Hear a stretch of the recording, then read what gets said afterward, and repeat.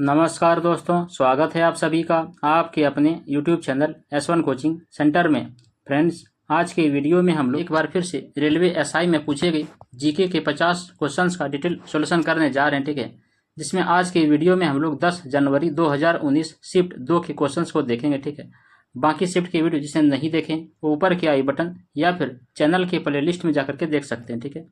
और हाँ, अगर आप चैनल पे पहली बार बने हैं तो चैनल को सब्सक्राइब करके बेल आइकन प्रेस कर दें ताकि मैं जब भी कोई वीडियो अपलोड करूं तो उसका नोटिफिकेशन आप तक पहुंच जाए, ठीक है। तो चलिए वीडियो स्टार्ट करते हैं और देखते हैं इस शिफ्ट का सबसे पहला क्वेश्चन क्या है। देखिए, सबसे पहला क्वेश्चन क्या है कि मिजोरम की राजधानी कहाँ है। तो बताना है कि मिजोरम की राजधानी कहाँ है। आइजोल, गंगटोक, रायपुर या फिर दिसपुर। तो देखिए, मिजोरम की राजधानी कहाँ हो जाएगा, तो आइजोल, ठीक है। यानी कि यहाँ पे ऑप्शन ये इसका राइट आंसर हो जाएगा, ठीक है। उसके बाद देखिए, ये जो गंगटोक है किसका राजधानी है। तो देखिए, जो गंगटोक है एक बार सिक्किम की राजधानी है, ठीक है। उसके बाद रायपुर किसका राजधानी है, तो रायपुर आपका छत्तीसगढ़ की राजधानी है, ठीक है। फिर दिसपुर किसका राजधानी है, तो दिसपुर आपका असम का राजधानी है, ठीक है। उसके बाद क्वेश्चन नंबर 2 देखिए क्या है कि निम्न में से कौन सी फसल जायद की फसल नहीं है। तो बताना है कि कौन सी फसल है जो जायद की फसल नहीं है। सरसों, तरबूज, कद्दू या फिर खीरा। तो इनमें से देखिए, तरबूज, कद्दू और खीरा ये तीनों आपका जायद की फसल है, ठीक है। यहाँ पे सरसों जो है ये आपका जायद की फसल नहीं है, ठीक है। देखिए, 3 प्रकार का फसल होता है, ठीक है। होता है खरीफ फसल, एक होता है रबी फसल, एक होता है जायद फसल, ठीक है। देखिए, रबी फसल कब होता है। देखिए, रबी फसल तब होता है जब ये क्या होता है कि अक्टूबर नवंबर में ये फसल बोई जाता है, ठीक है। और मार्च अप्रैल के दौरान ये काट लिया जाता है, ठीक है। ये होता है रबी फसल, ठीक है। जैसे आपका गेहूं हो गया, सरसों हो गया, दाल हो गया, जौ हो गया, ये सभी आपका रबी फसल आता है, ठीक है। एक होता है खरीफ फसल। खरीफ फसल क्या होता है, जब इसको जून जुलाई में फसल को बोया जाता है और अक्टूबर नवंबर के बीच में क्या किया जाता है, काट लिया जाता है, तो उसका है खरीफ फसल, ठीक है। जैसे देखिए, चावल हो गया, बाजरा हो गया, उसके बाद रागी, शरबत, सोयाबीन, मूंगफली, ये कपास, ये सभी आपका खरीफ फसल में आता है, ठीक है। और एक होता है जायद फसल। ये क्या होता है, ये सूखे दिनों में होता है, ठीक है। मतलब रबी फसल और क्रॉप फसल के बीच में होता है ये, ठीक है। यानी कि ये जो होता है ना, क्या होता है, मार्च अप्रैल के बीच में इसको बोया जाता है और अप्रैल मई जून के दौरान इसको काट लिया जाता है, ठीक है। ये होता है जायद फसल। जैसे इसमें कद्दू, ककड़ी, तरबूज, करेला, ये सब आएगा जायद फसल में आएगा, ठीक है। उसके बाद क्वेश्चन नंबर 3 देखिए क्या है, क्या कि भारत का संविधान भारत का वर्णन किस रूप में करता है। तो बताना है कि जो भारत का संविधान है वो भारत का वर्णन किस रूप में करता है। क्वासी फेडरेशन राज्य के रूप में, स्वतंत्र राज्यों का संघ के रूप में, राज्यों का संघ के रूप में, या फिर मुक्त राज्यों का प्रभुत्व के रूप में। तो देखिए, भारत का जो संविधान है, भारत का वर्णन जो है वो करता है किस रूप में, तो राज्यों का संघ के रूप में, ठीक है। यानी कि यहाँ पे ऑप्शन सी इसका राइट आंसर हो जाएगा, ठीक है। देखिए, भारत में राज्यों का जो संघ है ना, ये आपका अनुच्छेद 1 में वर्णित किया गया है, ठीक है। उसके बाद क्वेश्चन नंबर 4 देखिए क्या है कि उपराष्ट्रपति किसका एक सदस्य होता है। तो बताना है कि जो उपराष्ट्रपति है वो किसका एक सदस्य होता है। राज्यसभा का, लोकसभा का, ना तो लोकसभा और ना ही राज्यसभा का, और दोनों सदन का। तो देखिए, उपराष्ट्रपति जो है वो एक सदस्य होता है किसका, तो ना तो लोकसभा का और ना ही राज्यसभा का, ठीक है। यानी कि यहाँ पे ऑप्शन 3 का राइट आंसर हो जाएगा, ठीक है। उसके बाद क्वेश्चन नंबर 5 देखिए क्या है कि दाब का सूत्र क्या है। तो बताना है कि दाब का सूत्र क्या होता है। द्रव्यमान बटे क्षेत्रफल होता है, बल बटे क्षेत्रफल होता है, बल बटे द्रव्यमान होता है, या फिर बल बटे समय होता है। तो देखिए, दाब का जो सूत्र होता है वो क्या होता है, बल बटे क्षेत्रफल होता है, ठीक है। यानी कि यहाँ पे ऑप्शन 2 इसका राइट आंसर हो जाएगा, ठीक है। देखिए, दाब होता है क्या, तो प्रति इकाई क्षेत्र में बल को दाब कहा जाता है, ठीक है। और इसे पी से डिनोट किया जाता है। और इसका एसआई मात्रा क्या होता है, तो इसका एसआई मात्रा जो होता है वो होता है पास्कल होता है, ठीक है। दाब का मात्रा क्या होता है, पास्कल होता है, ठीक है। यानी कि पी बराबर हम लिख सकते हैं क्या, इसको एफ बटे ये लिखे, यानी कि एफ है फोर्स, ये एरिया, यानी कि बल बटे क्षेत्रफल, ठीक है। उसके बाद क्वेश्चन नंबर 6 देखिए क्या है कि निम्न में से किस वर्ष को संयुक्त राष्ट्र के द्वारा अंतर्राष्ट्रीय जल सहयोग का वर्ष घोषित किया गया था। तो किस वर्ष घोषित किया गया था, 2001 को, 2018 को, 2013 को, 2009 को। तो 2013 ईस्वी को संयुक्त राष्ट्र के द्वारा अंतर्राष्ट्रीय जल सहयोग का वर्ष घोषित किया गया था, ठीक है। यानी कि यहाँ पे ऑप्शन 3 इसका राइट आंसर हो जाएगा, ठीक है। चलिए, उसके बाद क्वेश्चन नंबर 7 देखते हैं क्या कि राष्ट्रकूट का शाही प्रतीक क्या था। तो बताना है कि जो राष्ट्रकूट का शाही प्रतीक क्या था, बाघ था, हाथी था, शेर था, या फिर सुनहरा बाज था। देखिए, राष्ट्रकूट का शाही प्रतीक क्या था, सुनहरा बाज, ठीक है। यानी कि यहाँ पे ऑप्शन 4 इसका राइट आंसर हो जाएगा, ठीक है। देखिए, राष्ट्रकूट वंश का जो संस्थापक था वो कौन था, तो ये आपका दंती दुर्ग था, ठीक है। और ये इसका वंश कब से कब तक था, तो इसका वंश 755 ईस्वी से लेकर के 975 ईस्वी तक से चला था यहाँ पे, ठीक है। चलिए, उसके बाद क्वेश्चन नंबर 8 देख लेते हैं क्या कि वह प्रक्रिया जहां एक तरल, यानी तरल में जैसे कि जल हो गया, एक गैस यानी कि जलवाष्प में परिवर्तित हो, उसे क्या कहा जाता है। उसे क्या कहा जाएगा, वर्षण कहा जाएगा, वाष्पन कहा जाएगा, ऊर्ध्वपातन कहा जाएगा, या फिर संघनन कहा जाएगा। तो उसे क्या कहा जाएगा, वाष्पन कहा जाएगा। ठीक है, यानी कि यहाँ पे ऑप्शन 2 इसका राइट आंसर हो जाएगा। ठीक है, देखिए वाष्पन होता क्या है, तो हम कह सकते हैं कि तरल अवस्था को गैस अवस्था में परिवर्तित करने की जो प्रक्रिया होता है उसे ही वाष्पन कहा जाता है। ठीक है, जैसे कि देख लीजिए तालाबों, झीलों, कुओं से गर्मियों का जल वाष्प हो जाता है। ठीक है, और यहाँ से जान लीजिए क्या होता है, ऊर्ध्वपातन। ये क्या होता है, यह तरल अवस्था से गुजरे बिना ही एक ठोस को वाष्प में बदलने की प्रक्रिया होता है। ठीक है, ऊर्ध्वपातन के उदाहरण जान लीजिए, आयोडीन हो गया, कपूर हो गया। ठीक है, उसके बाद क्वेश्चन नंबर 9 देखिए क्या क्या कि कार्बन की परमाणु संख्या क्या है। तो बताना है कि कार्बन की परमाणु संख्या क्या होता है, 6 होता है, 4 होता है, 5 होता है या फिर 3 होता है। तो देखिए कार्बन की परमाणु संख्या कितना होता है, तो 6 होता है। ठीक है, यानी कि यहाँ पे ऑप्शन ए किसका राइट आंसर हो जाएगा। ठीक है, देखिए कार्बन को सी से डिनोट करते हैं। ठीक है, और इसका परमाणु संख्या कितना होता है, 6 होता है। उसके बाद था बेरिलियम, बेरिलियम को बी से डिनोट करते हैं। ठीक है, इसका परमाणु संख्या 4 होता है। उसके बाद था बोरॉन, बोरॉन को कैपिटल बी से डिनोट करते हैं, इसका परमाणु संख्या 5 होता है। ठीक है, उसके बाद था लिथियम, लिथियम को कैपिटल एल और स्मॉल आई से डिनोट करते हैं। ठीक है, इसका परमाणु संख्या 3 होता है। ठीक है, किसका, लिथियम का।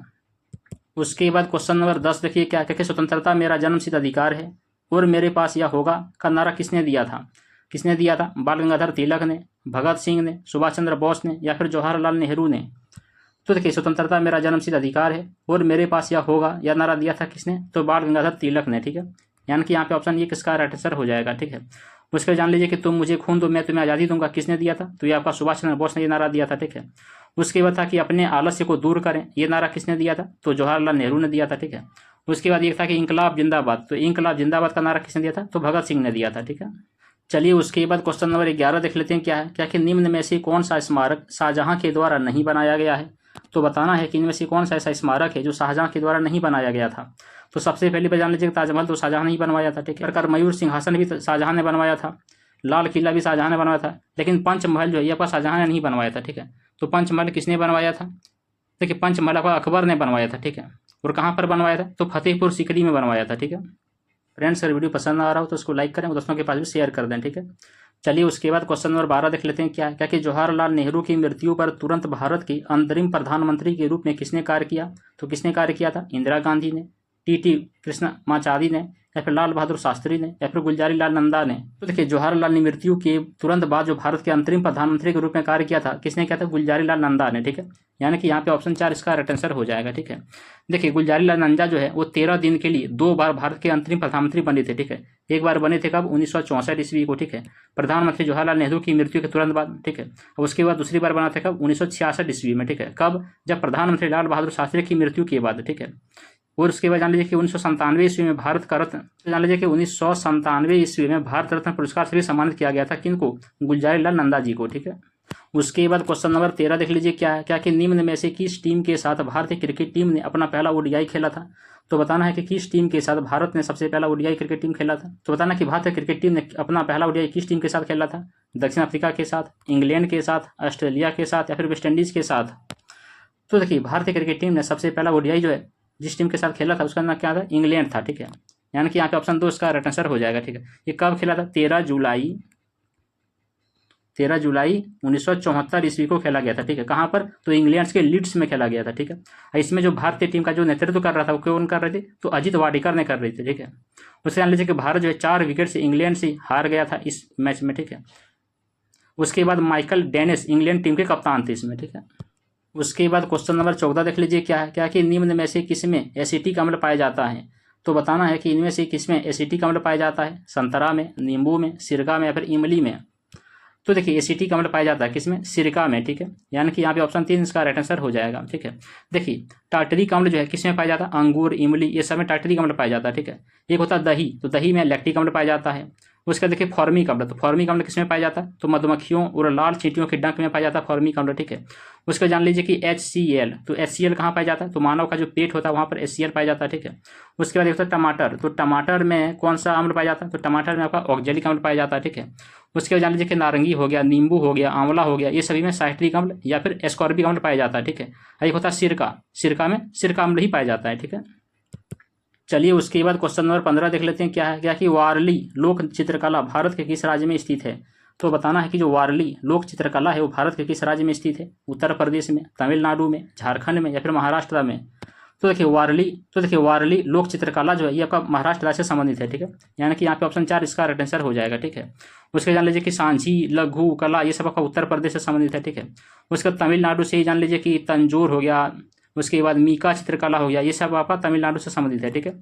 झारखंड से याद रखिएगा, झारखंड से आपका हो गया देखिए कि जादू पाटिया हो गया, ठीक है। उसका सोहराई कला हो गया, उसके बाद आपका कुर्मी हो गया, मुंडा कला हो गया, ये सब आपका झारखंड से संबंधित है, ठीक है। चलिए उसके बाद क्वेश्चन नंबर 16 देख लेते हैं क्या है। क्या कि सरदार सरोवर बांध कहाँ स्थित है? तो बताना है कि सरदार सरोवर बांध कहाँ स्थित है। नागालैंड में, पश्चिम बंगाल में, त्रिपुरा में या फिर गुजरात में। तो देखिए सरदार सरोवर बांध जो है आपका स्थित है कहाँ पर? गुजरात में, ठीक है। यानी कि यहाँ पे ऑप्शन 4 इसका राइट आंसर हो जाएगा, ठीक है। टुम्बुर बांध, ठीक है। तो टुम्बुर बांध कहाँ स्थित है? तो टुम्बुर बांध आपका त्रिपुरा में स्थित है, ठीक है। उसके बाद देखिए दोयंग बांध होता है, तो दोयंग बांध कहाँ पर है? आपका नागालैंड में है, ठीक है। उसके बाद देखिए मिट्टी बांध हो गया, सरदार सरोवर डैम हो गया, उसके बाद इकाई, उसके बाद देखो उकाई बांध हो गया, आपका दंतीवारा बांध हो गया, ये सब आपका गुजरात में स्थित है, ठीक है। और कुमारी बांध कहाँ है? कुमारी बांध पश्चिम बंगाल में स्थित है, ठीक है। चलिए उसके बाद क्वेश्चन नंबर 17 देख लेते हैं क्या क्या कि मीथेन के लिए सूत्र क्या है। तो बताना है कि मीथेन का सूत्र क्या हो जाएगा, ठीक है। CH4 होगा, MH4 होगा, M2H4 होगा या फिर C2H4 होगा। तो देखिए मीथेन का जो सूत्र होता है वो क्या था? CH4 होता है, ठीक है। उसके बाद जान लीजिए मीथेन के बारे में कि मीथेन एक गैस होता है, ठीक है। जैसे कोलोन मिथाइल जो देखिए मीथेन गैस जो होता है एक रंगहीन और गंधहीन गैस होता है, ठीक है। इसे मार्स गैस या फिर मिथाइल हाइड्राइड के रूप में भी जाना जाता है। इसका आणविक सूत्र क्या होता है? तो CH4 होता है, ठीक है। उसके जान लीजिए कि मीथेन जो मीथेन जो एकल बंधुआ कार्बन परमाणुओं वाला एक क्षार तत्व होता है, ठीक है। एक क्षार यौगिक होता है, ठीक है। ये उसके बाद क्वेश्चन नंबर 18 देख लेते हैं क्या है। क्या कि निम्न में से कौन सा दुनिया में क्षेत्रफल के हिसाब से सबसे बड़ा देश है। तो बताना है कि क्षेत्रफल यानी कि एरिया में सबसे बड़ा देश कौन सा है, ठीक है। क्यूबा है, भारत है, जापान है या फिर रूस है। तो देखिए क्षेत्रफल यानी कि एरिया में सबसे बड़ा जो देश है वो आपका कौन है? रूस हो जाएगा, ठीक है। यानी कि यहाँ पे ऑप्शन 4 इसका राइट आंसर हो जाएगा, ठीक है। उसके बाद क्वेश्चन नंबर 19 देखिए क्या कि 2011 की जनगणना के अनुसार निम्न में से कौन सा राज्य सबसे धनी आबादी वाला राज्य है? कौन सबसे घनी आबादी वाला राज्य है? तो बताना है कि 2011 की जनगणना के अनुसार सबसे घनी आबादी वाला राज्य कौन सा है? झारखंड है, असम है, महाराष्ट्र है या फिर बिहार है। तो देखिए सबसे ज़्यादा घनी आबादी वाला जो राज्य है वो आपका बिहार है, ठीक है। यानी कि यहाँ पे ऑप्शन 4 इसका राइट आंसर हो जाएगा, ठीक है। उसके जान लीजिए कि 2011 की जनगणना के अनुसार बिहार जो है आपका 1102 व्यक्ति प्रति वर्ग किलोमीटर के साथ सबसे घनी आबादी वाला राज्य है यहाँ पे, ठीक है। उसके बाद क्वेश्चन नंबर 20 देखिए क्या कि प्रसिद्ध सांची स्तूप कहाँ स्थित है। तो बताना है कि जो प्रसिद्ध सांची स्तूप है कहाँ स्थित है? मध्य प्रदेश में, पश्चिम बंगाल में, आंध्र प्रदेश में या फिर गुजरात में। तो देखिए प्रसिद्ध सांची स्तूप जो है यहाँ पर स्थित है कहाँ पर? मध्य प्रदेश में, ठीक है। यानी कि यहाँ पे ऑप्शन 1 इसका राइट आंसर हो जाएगा, ठीक है। उसके जान लीजिए कि मध्य प्रदेश में और कौन कौन सा स्तूप है। देखिए सांची स्तूप तो है ही, ठीक है। उसके बाद भरभूति स्तूप है, उसके बाद ये वो सांची स्तूप याद है, उसके बाद एक भरभूति स्तूप और याद रखिएगा, ठीक है। मध्य प्रदेश में ही है, ठीक है। चलिए उसके बाद क्वेश्चन नंबर 21 देख लेते हैं क्या कि ग्रैंड स्लैम टूर्नामेंट निम्न में से किस खेल से संबंधित है। तो बताना है कि ग्रैंड स्लैम टूर्नामेंट जो है किस खेल से संबंधित है? रोइंग से, शतरंज से, टेनिस से या फिर गोल्फ से। तो देखिए ग्रैंड स्लैम टूर्नामेंट जो है यहाँ पर स्थित है किस खेल से? तो देखिए ग्रैंड स्लैम टूर्नामेंट जो यहाँ पर संबंधित है किस खेल से? टेनिस खेल से, ठीक है। यानी कि यहाँ पे ऑप्शन 3 इसका राइट आंसर हो जाएगा, ठीक है। देखिए उसके बाद जान लीजिए और भी थोड़ा सा, जैसे डेविस कप हो गया, हॉफमैन कप हो गया, ये सब आपका टेनिस से संबंधित है, ठीक है। उसके जान लीजिए कि रोइंग जो है आपका वेलिंगटन ट्रॉफी से संबंधित है, ठीक है। उसके जान लीजिए जो गोल्फ में कौन कौन सा ट्रॉफी है। तो गोल्फ में आपका कनाडा ट्रॉफी होता है, राइडर है, वॉकर है, ठीक है, आइजनहावर है, ये सब गोल्फ से संबंधित है, ठीक है। उसका शतरंज से कौन कौन सा ट्रॉफी है? आपका देखिए नायडू ट्रॉफी हो गया, खैतान ट्रॉफी हो गया, ठीक है। ये सब आपका शतरंज से संबंधित है। चलिए उसके बाद क्वेश्चन नंबर 22 देख लेते हैं क्या कि पौधों के स्वस्थ विकास के लिए पोषक तत्वों के रूप में मिट्टी में मिलाई जाने वाला पदार्थ क्या होता है। तो क्या होता है? बोआई होता है, सिंचाई होता है, जुताई होता है, फिर उर्वरक होता है। तो देखिए पौधों के स्वास्थ्य विकास के लिए पोषक तत्वों के रूप में मिट्टी में मिला जाने वाला जो पोषक पदार्थ होता है वो क्या होता है? तो उर्वरक होता है, ठीक है। यानी कि यहाँ पे ऑप्शन 4 इसका राइट आंसर हो जाएगा, ठीक है। उसके बाद क्वेश्चन नंबर 23 देखिए क्या कि ब्राजील की मुद्रा का क्या नाम है। तो बताना है कि ब्राजील की मुद्रा का क्या नाम है, ठीक है। ब्राजीलियन रिंगिट है या फिर ब्राजीलिया रियल है या फिर ब्राजीलाई रैंड है या फिर ब्राजीलाई पेसो है। तो देखिए ब्राजील की मुद्रा का जो नाम है वो क्या है? ब्राजीलाई रियल है, ठीक है। यानी कि यहाँ पे ऑप्शन 2 इसका राइट आंसर हो जाएगा। उसके बाद क्वेश्चन नंबर 24 देखिए क्या कि केन्या की राजधानी कौन सी है। तो बताना है कि केन्या की राजधानी कौन सी है, ठीक है। नैरोबी है, त्रिपोली है, मासेरू है या फिर अस्ताना है। तो देखिए केन्या की राजधानी कौन है? नैरोबी है, ठीक है। यानी कि यहाँ पे ऑप्शन 1 इसका राइट आंसर हो जाएगा, ठीक है। उसके जान लीजिए कि जो त्रिपोली है ये आपका लीबिया का राजधानी है, ठीक है। उसके जान लीजिए कि ये जो लुसोटो एक देश है, ठीक है। लुसोटो की राजधानी मासूरू है, ठीक है। उसके देखिए है अस्तान, अस्तान की देखिए है कजाकिस्तान, ठीक है, कजाकिस्तान की राजधानी कहाँ अस्तान है, ठीक है। चलिए उसके बाद क्वेश्चन नंबर 25 देख लेते हैं, क्या क्या कि चंद्रमा और पृथ्वी के बीच की दूरी क्या है। तो बताना है कि चंद्रमा और पृथ्वी के बीच की दूरी क्या है, ठीक है। तो देखिए चंद्रमा और पृथ्वी के बीच की दूरी कितना हो जाएगा, देखिए यहाँ पे कितना होगा 3.84 गुना 10 पे पावर कितना 5 किलोमीटर हो जाएगा यहाँ पे, ठीक है। यानी कि यहाँ पे ऑप्शन एक इसका राइट आंसर हो जाएगा। उसके बाद क्वेश्चन नंबर 26 देखिए, क्या क्या कि पीटी ऊषा का उपनाम क्या है। तो बताना है कि पीटी ऊषा का उपनाम क्या है, ठीक है। प्योली एक्सप्रेस है, फ्लाइंग वुमन है, या फिर दीवार है, या फिर पनिसर है। तो देखिए पीटी ऊषा का उपनाम क्या हो जाएगा आपका, प्योली एक्सप्रेस हो जाएगा, ठीक है। यानी कि यहाँ पे ऑप्शन एक इसका राइट आंसर हो जाएगा।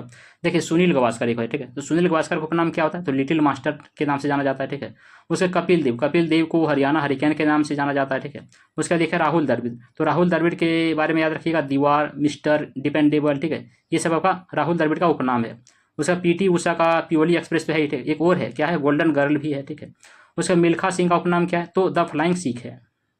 चलिए उसके बाद क्वेश्चन नंबर 27 से देख लेते हैं, क्या कि निम्न में से किस महाद्वीप में ग्रेट विक्टोरिया रेगिस्तान स्थित है। तो बताना है कि किस महाद्वीप में ग्रेट विक्टोरिया रेगिस्तान स्थित है, एशिया में, यूरोप में, अंटार्कटिका में, या फिर ऑस्ट्रेलिया में। तो देखिए ग्रेट विक्टोरिया रेगिस्तान जो यहाँ पर स्थित है, कहाँ पर, तो ऑस्ट्रेलिया में स्थित है, ठीक है। यानी कि यहाँ पे ऑप्शन 4 इसका राइट आंसर हो जाएगा। उसके बाद क्वेश्चन नंबर 28 देखिए, क्या कि राज्यसभा को अस्थायी सदन क्यों माना जाता है। तो बताना है कि राज्यसभा को अस्थायी सदन क्यों माना जाता है, ठीक है। देखिए राज्यसभा को अस्थायी सदन क्यों माना जाता है, क्योंकि सदन कभी भंग नहीं होता इसीलिए, ठीक है। यानी कि यहाँ पे ऑप्शन 2 इसका राइट आंसर हो जाएगा, ठीक है। उसके बाद जान लीजिए कि राज्यसभा जो होता है उपराष्ट्रपति राज्यसभा का प्रधान अध्यक्ष होता है, ठीक है। उसके जान लीजिए कि इसके 1/3 जो सदस्य होता है ना, हर दूसरे वर्ष में सेवानिवृत्त होते हैं, ठीक है। उसके बाद जान लीजिए कि यह एक अस्थायी ऊपरी सदन होता है, ठीक है, क्योंकि यह विघटन के अधीन नहीं होता है। उसके जान लीजिए कि राज्यसभा की जो वर्तमान सदस्य की संख्या कितना है, 245 है, ठीक है। और अधिकतम कितना हो सकता है, 250 हो सकता है। उसके बाद क्वेश्चन नंबर 29 देखिए, क्या क्या कि मॉडर्न मनु के नाम से किसे जाना जाता है। तो बताना है कि मॉडर्न मनु के नाम से किसे जाना जाता है, जीवी मावलंकर को, जवाहरलाल नेहरू को, BR अम्बेडकर को, या फिर राजेंद्र प्रसाद को। तो देखिए मॉडर्न मनु के नाम से जाना जाता है किसे, तो BR अम्बेडकर को, ठीक है। यानी कि यहाँ पे ऑप्शन 3 इसका राइट आंसर हो जाएगा, ठीक है। देखिए महात्मा गांधी का उपनाम क्या है, तो राष्ट्रपिता, बापू, महात्मा, ठीक है। उसके जान लीजिए कि दादा भाई नौरोजी का उपनाम क्या होता है, तो भारत का ग्रैंड ओल्ड मैन कहा जाता है, ठीक है। उसके देखिए खान अब्दुल गफर खान का उपनाम क्या है, तो फ्रंटियर गांधी, बादशाह खान, ठीक है। उसके बाद ये याद रखिएगा कि लाल बहादुर शास्त्री का उपनाम क्या है, तो शांति आदमी, ठीक है। जवाहरलाल नेहरू का उपनाम क्या है, तो चाचा, पंडित जी, ठीक है। उसका ये याद रखिएगा डॉक्टर राजेंद्र प्रसाद, तो उनका उपनाम क्या है, देश रत्न है, अजात शत्रु है, ठीक है। उसका APJ अब्दुल कलाम का उपनाम क्या है, तो missile man of the India कहा जाता है, ठीक है उनको। उसके राजा राम मोहन राय का उपनाम याद रखिएगा कि मॉर्निंग स्टार ऑफ इंडिया, ठीक है, ये सब जाना जाता है। सुनील गावस्कर का उपनाम याद रखिएगा क्या था, बताया था अभी पहले, ठीक है, लिटिल मास्टर। कपिल देव का अभी ऊपर में बताया हरियाणा हरिकेन, ठीक है। जीवी मावलंकर का उपनाम क्या था, दादा साहिब है, ठीक है। तो ये सब याद रखिएगा सबका उपनाम। उसके बाद क्वेश्चन नंबर 30 देखिए, क्या क्या कि तीसरा गोलमेज सम्मेलन कब आयोजित किया गया था। तो बताना है कि तीसरा गोलमेज सम्मेलन जो है कब आयोजित किया गया था, 1920 ईस्वी को, 1932 ईस्वी को, 1940 ईस्वी को, या फिर 1947 ईस्वी को। तो देखिए तीसरा गोलमेज सम्मेलन जो है यहाँ पर आयोजित किया गया था कब, 1932 ईस्वी को, ठीक है। यानी कि यहाँ पे ऑप्शन 2 इसका राइट आंसर हो जाएगा, ठीक है। देखिए यह जो है गोलमेज सम्मेलन कहाँ हुआ था, तो लंदन में आयोजित किया गया था ये, ठीक है। उसके जान लीजिए कि 1935 का भारत सरकार अधिनियम जो है इन सिफारिशों के आधार पर पारित किया गया था इसमें, ठीक है। उसके जान लीजिए कि महात्मा गांधी ने द्वितीय गोलमेज सम्मेलन में भाग लिया था, ठीक है। उसके बाद जान लीजिए कि भीमराव अम्बेडकर ने तीनों गोलमेज सम्मेलन में भाग लिया था, ठीक है, पहला, दूसरा, तीसरा। उसके बाद क्वेश्चन नंबर 31 देखिए, क्या क्या कि डैश सिलिकेट खनिजों का एक समूह है जिसमें परिपूर्ण दरार होती है, जिससे वे पतली प्लेटों में आसानी से विभाजित हो जाते हैं। तो कौन होगा, जिप्सम, क्वार्ट्ज, अस्वक, या फिर स्फतीय, या फिर स्फतीय। तो कौन होता है, देखिए अभ्रक जो होता है वो क्या होता है, सिलिकेट खनिजों का एक समूह होता है, ठीक है, जिसमें परिपूर्ण दरार होती है, जिससे वे पतली प्लेटों में आसानी से विभाजित हो जाते हैं, ठीक है। यानी कि यहाँ पे ऑप्शन 3 इसका राइट आंसर हो जाएगा, ठीक है, अभ्रक हो जाएगा इसका आंसर। उसके बाद क्वेश्चन नंबर 32 देखिए, क्या क्या कि नीति आयोग का CEO कौन है। तो बताना है कि नीति आयोग का CEO कौन है, ठीक है। डॉक्टर VK पॉल हैं, अमिताभ कांत हैं, VK सारस्वत हैं, या फिर रमेश चंद्र हैं। तो देखिए ये जो क्वेश्चन है ना, ये आपका जब एग्जाम हुआ था उस समय का क्वेश्चन है, ठीक है। तो इसलिए उस समय जो है नीति आयोग का CEO कौन है, तो आपका अमिताभ कांत थे उस समय, ठीक है। यानी कि आपका ऑप्शन 2 इसका राइट आंसर हो जाएगा। उसके बाद क्वेश्चन नंबर 33 देखिए, क्या क्या कि निम्न में से कौन हिमाचल प्रदेश का लोकप्रिय लोक नृत्य है। तो बताना है कि इनमें से हिमाचल प्रदेश का प्रसिद्ध लोक नृत्य कौन है, ठीक है। जवारा है, अलकाप है, चरबा है, फिर मटकी है। तो देखिए यहाँ पे हिमाचल प्रदेश का प्रसिद्ध लोक नृत्य आपका चरबा हो जाएगा, ठीक है। यानी कि यहाँ पे ऑप्शन 3 इसका राइट आंसर हो जाएगा, ठीक है। देखिए चरबा जो एक पारंपरिक लोक नृत्य है, ठीक है, जो उत्तर भारत के हिमाचल प्रदेश राज्य में उत्पन्न हुआ है, ठीक है। उसके बाद क्वेश्चन नंबर 34 देखिए क्या क्या कि भारत का संघ न्यायालय वर्ष डैश स्थापित किया गया था ना, कि भारत का संघ न्यायालय जो किस वर्ष स्थापित किया गया था, 1947 को, 1937 को, 1935 को या फिर 1950 को। तो देखिए भारत का संघ न्यायालय जो है आपका स्थापित किया गया था कब, 1937 ईस्वी को, ठीक है। यानी कि यहाँ पे ऑप्शन 2 इसका राइट आंसर हो जाएगा, ठीक है। और इसकी जो स्थापना है ना, इसकी स्थापना भारत सरकार अधिनियम 1935 के तहत की गई थी, ठीक है। उसके बाद क्वेश्चन नंबर 35 देखिए क्या क्या कि ओपन एंडेड और क्लोज एंडेड योजनाएं डैश में प्रयुक्त शब्द है। तो बताना है कि ओपन एंडेड और क्लोज एंडेड योजनाएं जो है किसमें प्रयुक्त शब्द है, म्यूचुअल फंड्स में, चीट कंपनियां में, एनबीएफसी में या फिर बीमा कंपनियों में। तो देखिए ओपन एंडेड और क्लोज एंडेड योजनाएं जो ये आपका संबंधित है किससे, तो म्यूचुअल फंड से, ठीक है। यानी कि यहाँ पे ऑप्शन 1 इसका राइट आंसर हो जाएगा, ठीक है। उसके बाद क्वेश्चन नंबर 36 देखिए क्या क्या कि वल्लभी विश्वविद्यालय कहाँ स्थित है। तो बताना है कि जो वल्लभी विश्वविद्यालय है कहाँ स्थित है, पंजाब में, दिल्ली में, गुजरात में, फिर बिहार में। तो देखिए वल्लभी विश्वविद्यालय जो आपका स्थित है कहाँ पर, गुजरात में, ठीक है। यानी कि यहाँ पे ऑप्शन 3 इसका राइट आंसर हो जाएगा, ठीक है। उसके बाद क्वेश्चन नंबर 37 देखिए क्या क्या कि निम्न में से कौन भारतीय संसद के दोनों सदनों की संयुक्त बैठक की अध्यक्षता कर सकता है। तो कौन कर सकता है, किसी एक राज्य का मुख्यमंत्री या फिर भारत का प्रधानमंत्री या फिर लोकसभा का अध्यक्ष या फिर राज्यसभा का सभापति। तो देखिए लोकसभा अध्यक्ष जो होता है ना, वो भारतीय संसद के दोनों सदनों की संयुक्त बैठक की अध्यक्षता कर सकता है, ठीक है। यानी कि यहाँ पे ऑप्शन 3 इसका राइट आंसर हो जाएगा, ठीक है। और ये किस अनुच्छेद के तहत कर सकता है, ये आपका अनुच्छेद 108 के तहत ही कर सकता है, ठीक है। उसके बाद क्वेश्चन नंबर 38 देखिए क्या क्या कि सोनार का विस्तार क्या है। तो बताना कि सोनार का पूर्ण रूप क्या होता है, ठीक है। तो देखिए सोनार का विस्तार क्या हो जाएगा आपका, साउंड नेविगेशन एंड रेंजिंग, ठीक है, साउंड नेविगेशन एंड रेंजिंग, ठीक है। यानी कि यहाँ पे ऑप्शन 3 इसका राइट आंसर हो जाएगा। इसके बाद क्वेश्चन नंबर 39 देखिए क्या क्या कि कौन सा राज्य संविधान के अनुच्छेद 370 के अंतर्गत आता है। तो बताना है कि कौन सा राज्य है जो संविधान के अनुच्छेद 370 के अंतर्गत आता है, जम्मू और कश्मीर, हरियाणा, मिजोरम या फिर अरुणाचल प्रदेश। तो देखिए यहाँ पर आपका जम्मू और कश्मीर जो है वो संविधान के अनुच्छेद 370 के अंतर्गत आता है, ठीक है। यानी कि यहाँ पे ऑप्शन 1 इसका राइट आंसर हो जाएगा, ठीक है। ये भी वही है जब क्वेश्चन बना था उस समय का है, ठीक है। बाद में तो ये हट गया 370, ठीक है। चलिए उसके बाद क्वेश्चन नंबर 40 देख लेते हैं क्या क्या कि पर्थ स्टेडियम निम्न में से किस देश में स्थित है, ठीक है। तो बताना है कि जो पर्थ स्टेडियम है वो किस देश में स्थित है, ठीक है। बांग्लादेश में, ऑस्ट्रेलिया में, दक्षिण अफ्रीका में, फिर न्यूजीलैंड में। तो देखिए आपका पर्थ स्टेडियम जो है आपका स्थित है कहाँ पर, ऑस्ट्रेलिया में, ठीक है। यानी कि यहाँ पे ऑप्शन 2 इसका राइट आंसर हो जाएगा, ठीक है। उसके बाद क्वेश्चन नंबर 41 देखिए क्या क्या कि शिलालेखों के अध्ययन को कहा जाता है। तो बताना है कि शिलालेखों के अध्ययन को क्या कहा जाता है, परिस्थितिकी विज्ञान कहा जाता है, जल विज्ञान कहा जाता है, समाज शास्त्र कहा जाता है, फिर पुरालेख कहा जाता है। तो देखिए शिलालेखों के अध्ययन को कहा जाता है क्या, पुरालेख, ठीक है। यानी कि यहाँ पे ऑप्शन 4 इसका राइट आंसर हो जाएगा, ठीक है। उसके बाद क्वेश्चन नंबर 42 देखिए क्या क्या कि मल्टी कमोडिटी एक्सचेंज का मुख्यालय कहाँ स्थित है, ठीक है। तो बताना है कि मल्टी कमोडिटी एक्सचेंज का मुख्यालय कहाँ है, मुंबई में है, चेन्नई में है, नई दिल्ली में है, फिर कोलकाता में है। तो देखिए मल्टी कमोडिटी एक्सचेंज का जो मुख्यालय है यह स्थित है कहाँ पर, मुंबई में, ठीक है। यानी कि यहाँ पे ऑप्शन 1 इसका राइट आंसर हो जाएगा, ठीक है। फ्रेंड्स जरूरी नहीं कि आप रेलवे एसआई का तैयारी कर रहे हो तो ही आप ये वीडियो आपके लिए जरूरी है, ठीक है। कोई भी कंपटीशन की अगर एग्जाम की तैयारी कर रहे हैं, अगर जीके क्वेश्चन पूछा जाता है तो आपके लिए ये वीडियो भी ये वीडियो इंपॉर्टेंट हो जाएगा, ठीक है। इसलिए हर कोई वीडियो को बिना स्किप के शुरू से अंत तक देख सकते हैं इसको, ठीक है। तो चलिए उसके बाद क्वेश्चन नंबर 43 देखते हैं क्या कि पेंच राष्ट्रीय उद्यान देश में स्थित है। तो बताना है कि पेंच राष्ट्रीय उद्यान कहाँ स्थित है, मेघालय में, मध्य प्रदेश में, उत्तराखंड में या फिर तेलंगाना में। तो देखिए पेंच राष्ट्रीय उद्यान जो है स्थित है कहाँ पर, मध्य प्रदेश में, ठीक है। यानी कि यहाँ पे ऑप्शन 2 इसका राइट आंसर हो जाएगा। देखिए मध्य प्रदेश में कौन कौन सा राष्ट्रीय उद्यान है, चलिए देख लेते हैं इसके बारे में। देखिए एक है कान्हा राष्ट्रीय उद्यान, ठीक है। उसके बाद एक बांधवगढ़ राष्ट्रीय उद्यान है, उसके बाद पेंच राष्ट्रीय उद्यान हो गया, ठीक है। उसके बाद पन्ना राष्ट्रीय उद्यान है, संजय राष्ट्रीय उद्यान है, वन विहार राष्ट्रीय उद्यान है। ये सभी आपका मध्य प्रदेश में स्थित है, ठीक है। उसके बाद याद रखिएगा एक मेघालय में कौन सा राष्ट्रीय उद्यान है, तो एक फेमस राष्ट्रीय उद्यान याद रखिएगा, नाम है नौकरेक राष्ट्रीय उद्यान, ठीक है। उसके याद रखिएगा उत्तराखंड में कौन कौन सा राष्ट्रीय उद्यान है, तो देखिए उत्तराखंड में आपका जिम कॉर्बेट नेशनल पार्क है, ठीक है। उसके बाद फूलों की घाटी राष्ट्रीय उद्यान है, फिर राजाजी राष्ट्रीय उद्यान है, ठीक है। नंदा देवी राष्ट्रीय उद्यान है। ये सभी आपका उत्तराखंड में स्थित है, ठीक है। उसका तेलंगाना में याद रखिएगा जैसे महावीर हरिना वनस्पति राष्ट्रीय उद्यान जो है ये आपका कहाँ पर है, तेलंगाना में। उसके बाद मृगवानी राष्ट्रीय उद्यान कहाँ है, तेलंगाना में है, ठीक है। चलिए उसके बाद क्वेश्चन नंबर 44 देख लेते हैं क्या है क्या कि भारत के राष्ट्रपति को किसके द्वारा चुना जाता है। तो बताना है कि जो भारत के राष्ट्रपति को किसके द्वारा चुना जाता है, सीधे भारत के लोगों के द्वारा, या फिर केंद्रीय मंत्रिमंडल के द्वारा, या फिर निर्वाचक मंडल के द्वारा अप्रत्यक्ष चुनाव के द्वारा, या फिर संयुक्त बैठक में लोकसभा और राज्यसभा के द्वारा। तो देखिए भारत के जो राष्ट्रपति है ना वो चुना जाता है किसके द्वारा, तो निर्वाचक मंडल द्वारा अप्रत्यक्ष चुनाव के द्वारा, ठीक है। यानी कि यहाँ पे ऑप्शन 3 इसका राइट आंसर हो जाएगा, ठीक है। उसके बाद क्वेश्चन नंबर 45 देखिए क्या क्या कि सीए भवानी देवी किस खेल से जुड़ी हुई है, ठीक है। तो बताना है कि सीए भवानी देवी किस खेल से जुड़ी हुई है, बॉक्सिंग से, फेंसिंग से, रेसलिंग से या फिर क्रिकेट से। तो देखिए सीए भवानी देवी जो है आपका जुड़ी हुई है किस खेल से, तो आपका फेंसिंग से, ठीक है। यानी कि यहाँ पे ऑप्शन 2 इसका राइट आंसर हो जाएगा। देखिए बॉक्सिंग से जुड़े हुए कुछ खिलाड़ियों के नाम याद रखिएगा, जैसे मैरी कॉम हो गया, ठीक है। उसके बाद विजेंदर सिंह हो गया, ठीक है। शिव थापा हो गया, अमित पंघाल हो गया, ये सब आपका बॉक्सिंग से संबंधित है, ठीक है। उसके बाद याद रखिएगा कि रेसलिंग से, ठीक है, रेसलिंग से कौन कौन सा खिलाड़ी है, जैसे देखिए विनेश फोगाट हो गया, ठीक है, सुनील कुमार हो गया, सुशील कुमार हो गया, ठीक है, साक्षी मलिक हो गया, बजरंग पुनिया, योगेश्वर दत्त, संदीप तोमा, ये सब आपका रेसलिंग से संबंधित खिलाड़ी हैं, ठीक है।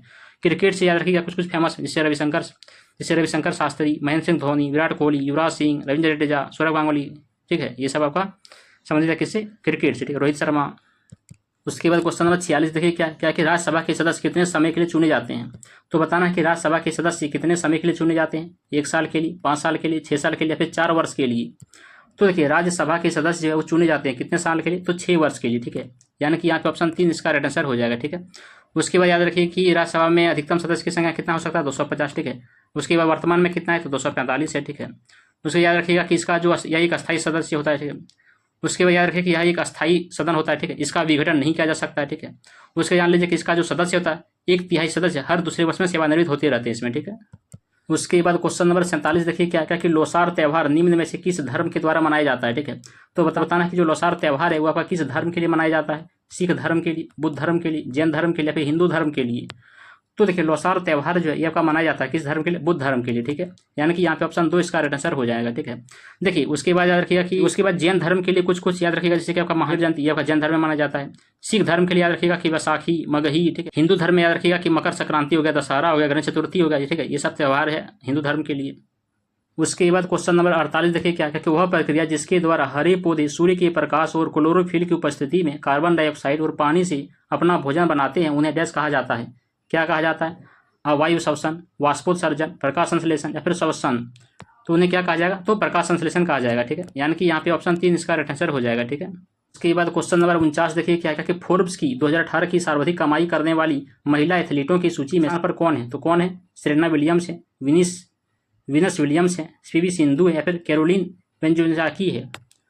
तो देखिए कौन हो जाएगा, सेरेना विलियम्स हो जाएगा, ठीक है, यानी कि यहाँ पे ऑप्शन 1 इसका राइट आंसर हो जाएगा। इसके बाद इस शिफ्ट का आखिरी क्वेश्चन नंबर 50 देख लेते हैं क्या कि बृहद ज्वार के संबंध में निम्न में से कौन सा कथन सत्य नहीं है, ठीक है। तो बताना कि कौन सा कथन सत्य नहीं है, ठीक है। तो सबसे पहले देखिए बृहद ज्वार के ये ज्वार सबसे उच्च होता है, ये सही है, ठीक है। उसके बाद ये ज्वार अमावस्या के दिन आते हैं, ये भी सही है। ये ज्वार पूर्णिमा के दिन आते हैं, ये भी सही है, ठीक है। ये ज्वार सबसे निम्न होता है, ये सही नहीं है, ठीक है, यानी कि यहाँ पे यही गलत हो जाएगा, यानी कि यहाँ पे ऑप्शन 2 इसका राइट आंसर हो जाएगा, ठीक है।